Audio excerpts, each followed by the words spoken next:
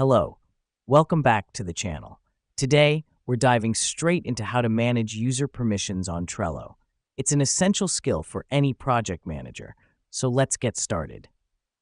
First up, you need to open Trello and navigate to the board for which you want to manage permissions. This step is crucial because you can set different permission levels for different boards, giving you granular control over who can access and edit what. Now that we've done that, you're going to click on Show Menu, located at the top right corner of your board.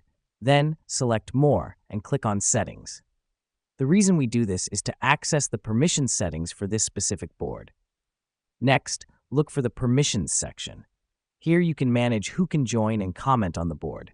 You can choose from team members, admins, or observers.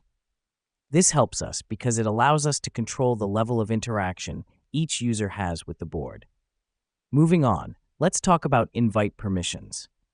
This option lets you choose who can invite others to the board. You can set it to admins if you want to limit the number of people who can invite others.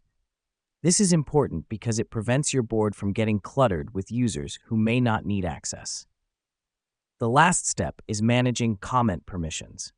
Here, you decide who can comment on cards: everyone, team members, board members, or only admins. This is a crucial step because comments are often where important discussions happen, so you want to ensure only the right people are commenting. Now that we've set our permissions, it's important to remember that you can change these settings at any time, so don't stress if you're unsure about your decisions. You can always adjust later as your team and project evolve. That's it for today's tutorial on managing Trello user permissions. Remember, effective permission management can make your collaborative projects run smoother and more secure.